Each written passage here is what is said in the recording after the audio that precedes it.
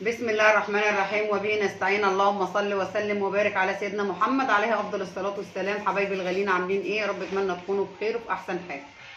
احنا طبعا جايين النهارده ده بيض البط. طبعا الواحد بيقدم لكم الحاجه اللي هي كويسه، وبرضه لازم نقدم الحاجه اللي هي مش كويسه عشان طبعا الناس كلها يعني يبقى عندها فكره وتعرف طبعا ايه اللي حصل بالنسبه للبيت دوت.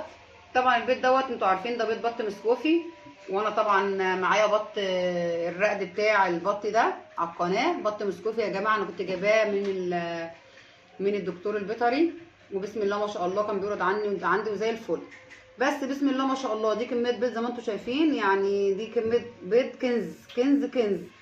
بس بالنسبه لي انا كانت كارثه. الكارثه ايه؟ ان البيض ده كله البط مش راضي ينام عليه، لدرجه ان في البط مش عايز يرقد عليه، لدرجه ان في بيض منهم باظ. يعني في بطه بتبيض ليها شهرين او 3 مستمره. انا البيض ده انا كنت باخد منه زي ما قلت ان انا بيبقى عندي بط بيبيض، وخدت منه كنت باكل الكتاكيت البيضه والبط الصغير. بس بصراحه انا مفيش ولا بطه راضيه ترقد، معرفش. انا البط بيرقد عندي ليه يجي 3 سنين، وفي عندي ليه 2 وفي عندي ليه سنه. وفجاه انا ده بصوا كميه البيض دي كلها ومعايا دكرين. يعني انا معايا النتي ومعايا دكرين، ان طبعا حاطه كل 3 نتي معاهم دكر، وكنت حاطه 4 نتي مع دكر. وطلعوا لي يعني تطلع كل اللي على القناه دوت من البيض من البط المسكوف اللي عندي. بس بسم الله ما شاء الله زي ما انتم شايفين البيضه، شايفين حجم البيضه، الله اكبر. شايفين حجم البيضه عامله ازاي؟ يعني حجم البيض الله اكبر. يعني شايفين حجم البيض؟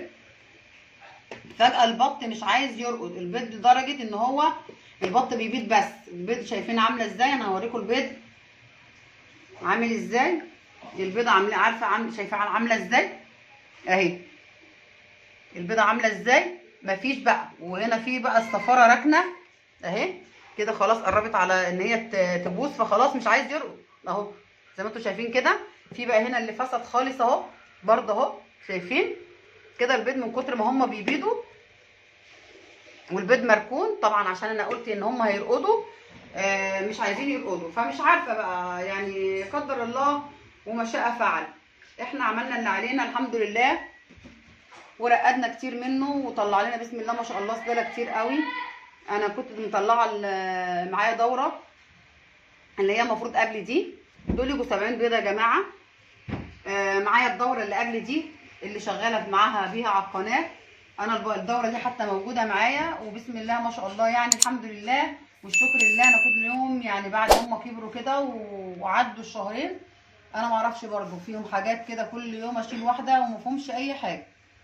بس مش عارفه بقى، قدر الله وما شاء فعل. الواحد طبعا زي ما بياخد خير برضو بيجيله اوقات بيحصل ضربات، بس نحمد ربنا على اللي بيجيبه ربنا، والحمد لله ان هو يجي في الحاجه اللي هي الحاجه دي ما يجيش في الحاجه في البني ادمين. لدرجه البيت ده انا نضفته كذا مره زي ما انتم شايفين كده، يعني في نضيف اهو وفي نضيف اهو وفي نضيف اهو. يعني انا البيت ده كنت بنضف فيه على طول عشان هم يرقوا والبطه تصوصو، علشان يعني تخلص بيض وتصوصو هترقد. المفروض هترقد بقى خلاص، بحضر لها بقى البيض وبحضر لها المكان وبظبط لها الدنيا.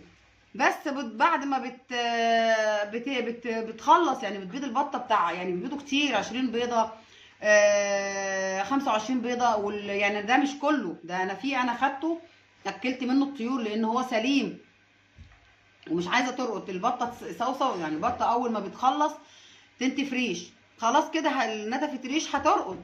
لا ابص لا الفرخه بعد ما تنتف الريش تروح ايه ما ترقدش وتسيب البيض يبوظ وترجع ايه تبيض تاني.